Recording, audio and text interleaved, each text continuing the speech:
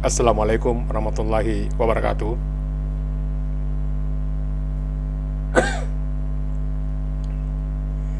Assalamualaikum warahmatullahi wabarakatuh.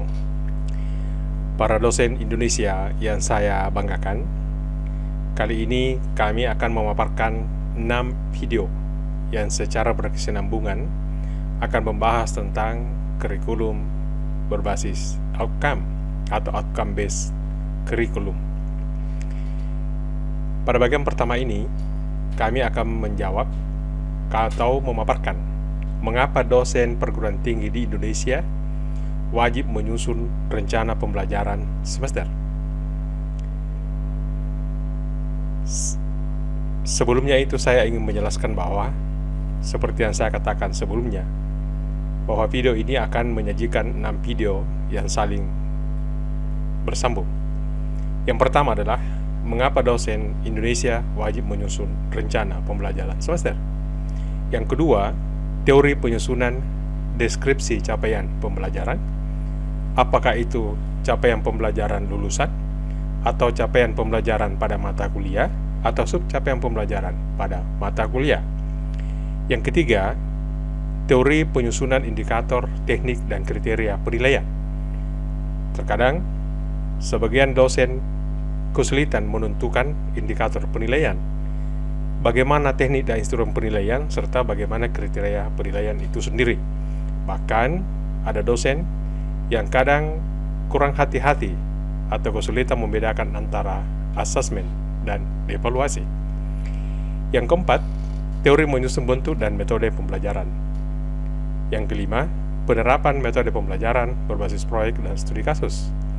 Keenam, kita sebenarnya akan menyajikan bagaimana cara mengukur capaian pembelajaran lulusan.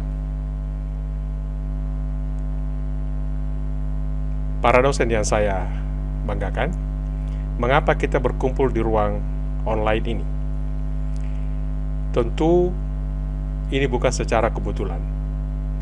Dengan membuka channel ini dan menonton video ini, seperti yang saya katakan tadi, itu bukan sebuah kebetulan, tetapi bisa dapat kita maknai sebagai tanda-tanda ilahi untuk menyambut rezekinya.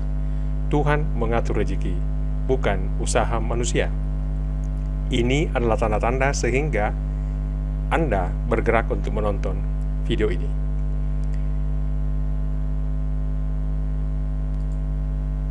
Tentu saja, kita atau Anda menonton video ini bukan dalam rangka workshop, bukan dalam rangka pelatihan atau sejenisnya, tetapi karena ada hasrat untuk meningkatkan pengetahuan dan keterampilan sebagai bagian dari kewajiban dosen di Indonesia. Jadi, sekali lagi, Ibu Bapak menonton video ini bukan untuk workshop, apalagi jika dikaitkan dengan walking and shopping. Karena itulah, Ibu Bapak sekalian, video singkat ini akan mengantar Ibu Bapak untuk dapat menguraikan alasan kewajiban dosen perguruan tinggi Indonesia dalam menyusun RPS mata kuliah yang diampunya. Seperti kita ketahui bahwa di era digital seperti ini, ada berbagai macam isu terkait dengan rencana pembelajaran semester berbasis outcome based education. Misalnya, apa itu RPS dan mengapa RPS harus ada? Peraturan Menteri yang berkaitan dengan rencana pembelajaran semester outcome based education sudah lama disiapkan Standar Nasional Pendidikan Tinggi tahun 2014 atau Permendikbud nomor 49 tahun 2014. Cuma pertanyaannya adalah, apakah seluruh dosen Indonesia membaca peraturan ini? Yang lain adalah makna dan keterkaitan item-item dalam sebuah RPS. Seperti kita ketahui, dalam buku panduan penyusunan kurikulum pendidikan tinggi disiapkan beberapa contoh format rencana pembelajaran semester. Tetapi, bagaimana mengaitkan antara misalnya kolom sub CPMK, kolom indikator penilaian, kolom teknik penilaian, kolom kriteria penilaian, kolom bentuk dan metode pembelajaran, dan seterusnya. Bagaimana hubungan antara kolom tersebut? Berikutnya lagi adalah bagaimana kita memasukkan misalnya metode project based atau problem based atau case study dari perspektif rencana pembelajaran semester berbasis hobi. Lalu juga kami akan menyajikan pengalaman mengimplementasikan RPS, termasuk kendala-kendala yang dihadapinya. Lalu meskipun di sini tidak tertulis, tapi kita juga akan berbagi tentang bagaimana mengukur CPL pada mata kuliah yang kita ampuh. Ibu bapak, dosen Indonesia yang saya banggakan, di dalam buku panduan kurikulum pendidikan tinggi itu disebutkan beberapa hal terkait dengan tujuan, isi, dan bahkan ajar, serta cara yang digunakan sebagai pedoman penyelenggaraan kegiatan pembelajaran untuk mencapai tujuan pendidikan tinggi. Berdasarkan pengertian tersebut, perencanaan dan pengaturan kurikulum sebagai sebuah siklus kurikulum memiliki beberapa tahapan, dimulai dari analisis seperti ini. Kemudian jadi ada analisis kebutuhan, kemudian ada perencanaan, ada pengembangan, ada pelaksanaan, ada evaluasi, dan tindak lanjut.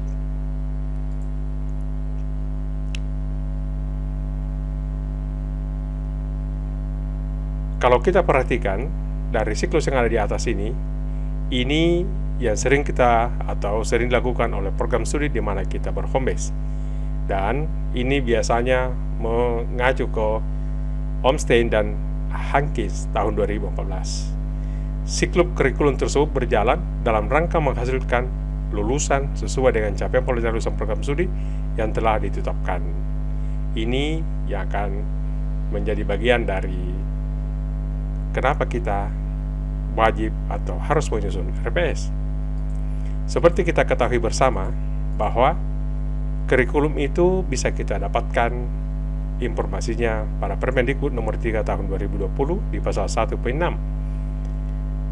Kita bersyukur karena dalam Permendikbud tersebut batasan-batasan tentang kurikulum sangat jelas, sehingga bagi kita atau sebagian dosen Indonesia yang kadang beranggapan kurikulum itu hanya secari kertas yang berisi sejumlah mata kuliah, SKS dan semesternya, dapat dicerahkan. Jadi, kurikulum itu adalah seperangkat rencana dan pengaturan mengenai capaian pembelajaran lulusan, ada CPL, ada bahan kajiannya, apa yang akan diberikan secara global, ada proses bagaimana merencanakan, bagaimana melaksanakan, dan penilaian yang digunakan sebagai pedoman penyelenggaraan program studi.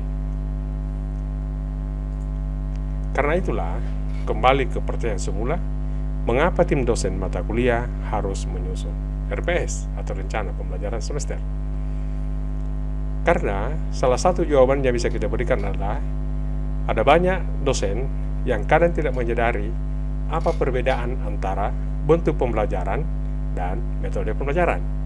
Bahkan ada dosen yang tidak aware atau tidak hati-hati, bahkan tidak membaca atau tidak mengetahui pelatihan militer itu adalah salah satu bentuk pembelajaran.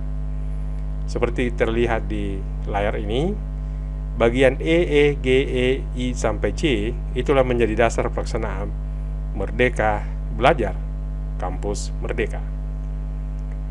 Begitu pula dengan pembelajaran kolaboratif dan partisipatif pada pasal yang sama, cuma beda ayat ketiga, metode pembelajaran. Saat ini, perguruan tinggi diminta untuk memberikan metode pembelajaran kolaboratif dan partisipatif, khususnya penerapan project based dan case study. Kalau kita melihat aturan yang mengikat tentang kewajiban atau keharusan seorang dosen atau tim pengampu mata kuliah menyusun RPS, maka banyak sekali hal yang dapat kita rujuk. Pada intinya, menyusun RPS itu supaya tim dosen dapat memberi kuliah dengan baik, atau bagaimana caranya supaya terlihat seorang dosen itu menunjukkan jati dirinya sebagai pendidik yang profesional. Undang-Undang Guru dan Dosen tahun 2005 pasal 60. Permendikbud nomor 3 tahun 2020 tentang Standar Nasional Pendidikan Tinggi. Permendikbud ini sudah berubah sekian kali, mulai dari nomor 49 tahun 2014, kemudian nomor 44 tahun 2015, dan seterusnya. Dan ini yang terakhir, saat ini. Meskipun sudah ada rancangan Peraturan Menteri Pendidikan untuk Standar Nasional Pendidikan Tinggi yang terbaru, namun karena belum ditandatangani, maka kita masih merujuk ke Permendikbud nomor 3 tahun 2020 tentang Standar Nasional Pendidikan Tinggi. Jika kita juga menyusun RPS, ini akan menyusun, kalau kita mengikuti kepangkatan di negeri kita ini, pedoman operasional penilaian angka kredit pendidikan tinggi. Juga pedoman operasional BKD, beban kinerja dosen pendidikan tinggi.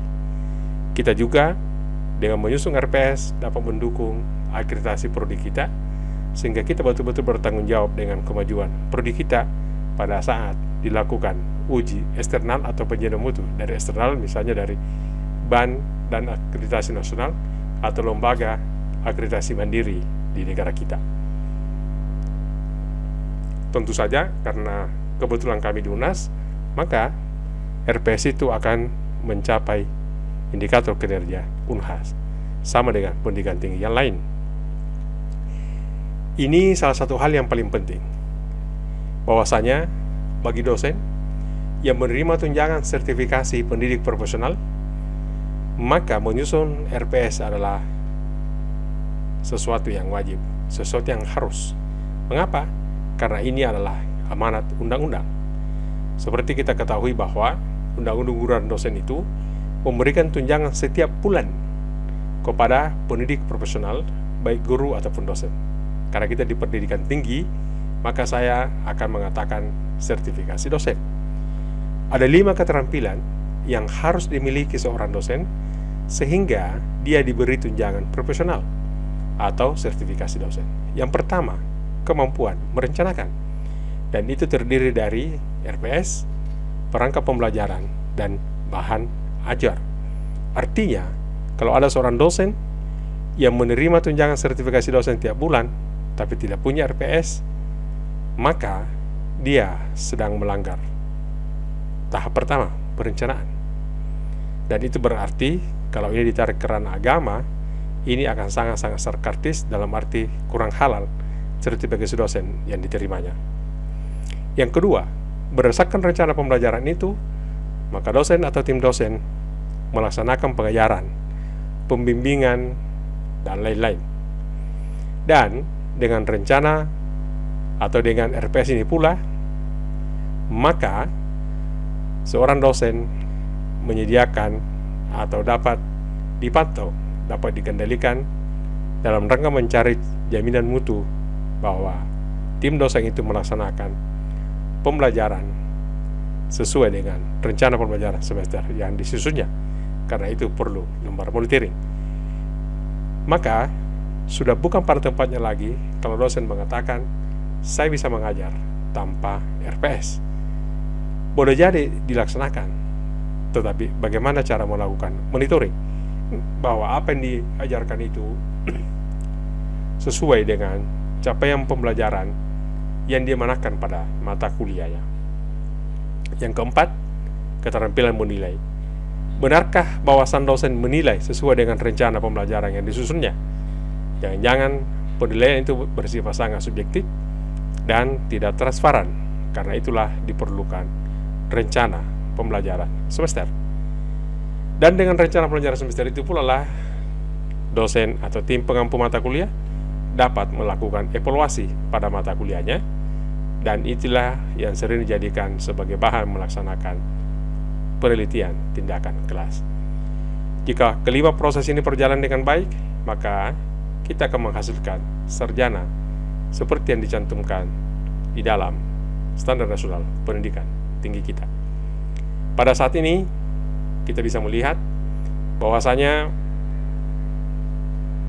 tuntutan untuk menerapkan metode penilaian berbasis proyek dan kasus menjadi satu dari 8 indikator utama yang diberikan Menteri kepada setiap pendidikan tinggi. Dengan demikian, maka mau tak mau, atau katakanlah memang tim dosen wajib menyusun RPS. Format ini adalah salah satu format rencana pembelajaran semester yang disiapkan dalam buku panduan kurikulum pendidikan tinggi tahun 2020 atau buku KPT tahun 2020. Dan kita melihat di sini bahwasanya di sini dimulai dengan sub CPMK atau kemampuan akhir setiap tahapan belajar, diikuti oleh kolom penilaian, kemudian bentuk dan metode pembelajaran, lalu materi pembelajaran dan bobot nilai. Mungkin ada yang bertanya, kenapa indikator penilaian dan kriteria penilaian berada di kolom 3 dan 4, bukan materi pembelajaran? Perlu kita pahami bahwa urutan kolom-kolom ini sudah mengikuti teori outcome-based education. Jadi, penempatan kolom-kolom ini bukan tanpa alasan, tetapi karena ada teori yang dirujuk. Outcome-based education, seperti kita ketahui, itu terdiri dari outcome-based curriculum, outcome-based learning and teaching, outcome-based assessment and evaluation.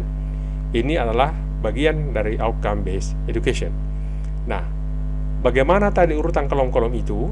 Karena kita mengikuti teori OB. Seperti kita lihat dalam segitiga ini, ada learning outcome, ada student assessment, dan ada teaching and learning. Ini membentuk segitiga.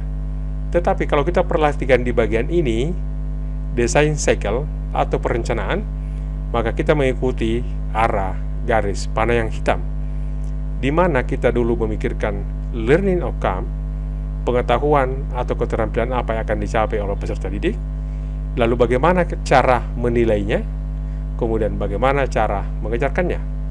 Itulah sebabnya kenapa tadi di kolom kedua diikuti oleh outcome atau sub CPMK, lalu diikuti dengan kolom penilaian, lalu diikuti oleh bentuk dan metode pembelajaran.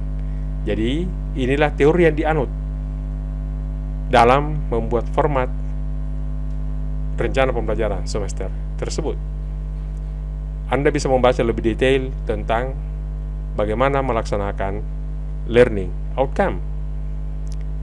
Seperti yang kita ketahui juga bahwa terkadang ada dosen di antara kita yang sulit membedakan antara aims, objektif, dan confusion.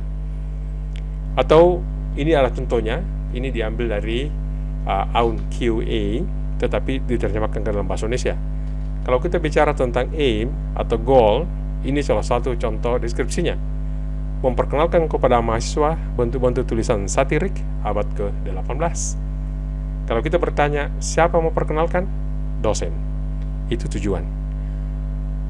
Atau aims. Kalau kita bicara tentang objektif, contohnya, memperkenalkan kepada mahasiswa sejumlah teks substantif abad ke-18. Mahasiswa dilatih membaca secara langsung bentuk bahasa dan hubungannya dengan bentuk sastra. Pertanyaannya, siapa yang memperkenalkan? Dosen. Nah, kalau kita pindah ke learning outcome, maka pertanyaannya adalah siapa yang melakukan? Mahasiswa. Makanya disebutkan, mahasiswa mampu mendemonstrasikan pemahaman atas hubungan antara bahasa satirik dengan bentuk sastra, dengan membaca secara langsung sejumlah esai yang ditulis pada abad ke-18. Inilah learning outcome. Itulah sebabnya, maka dimulai dari sub CPMK, bagaimana indikator penilaiannya, bagaimana kriteria dan bentuknya atau bentuk dan kriterianya, bagaimana bentuk pembelajarannya, apakah kuliah, seminar, referensi, praktikum, dan seterusnya.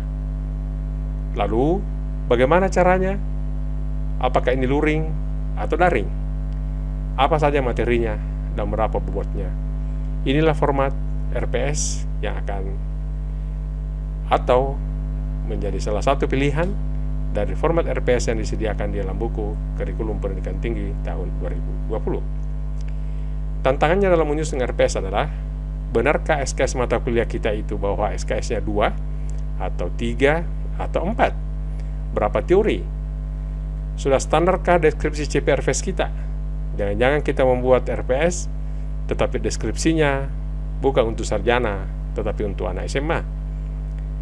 Tepatkah indikator dan kriteria penilaian RPS kita? Kita menentukan sub CPMK, tapi benarkah kita dalam menilai? Sudah benarkah kita atau selaraskah kita di dalam menentukan bentuk dan materi pembelajaran RPS kita? Ini adalah tantangan, dan karena itulah, maka pertanyaannya tadi, mengapa kita wajib menyusun RPS? Kalau kita memperhatikan pengertian satu SKS dalam bentuk pembelajaran sesuai dengan Permendikbud nomor 3 tahun 2020 di pasal 19, kalau bentuk pembelajaran itu adalah kuliah, responsi, dan tutorial, Maka di sini ada 3 komponen yang harus ada.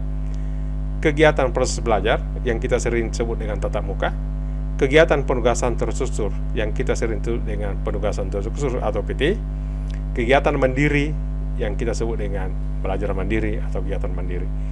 Totalnya adalah 170 menit. Dengan perincian untuk tatap muka atau tatap maya 50 menit, kemudian kegiatan penugasan terstruktur dan kegiatan mandiri masing-masing 60 menit per pekan per semester. Totalnya 170. Apapun bentuk pembelajaran yang kita pilih, misalnya seminar, total 1 SKS sama dengan 170. Cuma kalau bentuknya seminar, maka kegiatannya hanya 2, kegiatan proses belajar dan kegiatan mandiri. Kegiatan proses belajar pada seminar 100 menit, dan kalau kita lihat pada bentuk kuliah dan responsi itu hanya 50 menit. Jadi ada perbedaan hal tersebut. Sedangkan bentuk pembelajaran lainnya, 1 SKS itu semuanya tatap muka dan 170 menit. Kalau selama ini, misalnya kita memberikan kuliah 2 SKS, berarti hanya tatap muka atau tatap maya 100 menit. Kalau hanya itu yang dilakukan, maka sungguhnya kita sedang melanggar Undang-Undang Guru dan Dosen, karena seharusnya kita juga melaksanakan 2 kali 60 tambah 2 kali 60 per setiap pekan untuk kegiatan penugasan terstruktur dan kegiatan mandiri. Jika ini kita tidak lakukan, boleh jadi apa yang kita terima ini menjadi tidak halal 100%. Dan boleh jadi itu membuat kita galau setiap hari. Kita menerima gaji, tunjangan profesi sebagai dosen yang profesional, tapi karena ada poin-poin yang kita langgar, tidak laksanakan, maka yang kita terima tidak halal 100% atau menjadi perisai kebahagiaan yang kita terima. Sama dengan makan gula-gula, tetapi plastiknya masih ada. Betul, gula-gula dalam mulut kita, tapi rasanya tidak manis, karena ada plastik yang menghalanginya. Kita menerima tunjangan sertifikasi dosen tiap bulan, tapi kadang kita tidak bisa menikmatinya karena ada perisai-perisai yang kita tidak jalankan. Karena waktunya jelas dan apa yang harus kita lakukan sudah jelas. Demikian paparan tentang alasan mengapa dosen wajib menyusun RPS. Lebih dan kurangnya mohon dimaafkan. Silakan menonton video berikutnya supaya ibu bapak mendapatkan pengetahuan yang utuh tentang kurikulum berbasis outcome based education.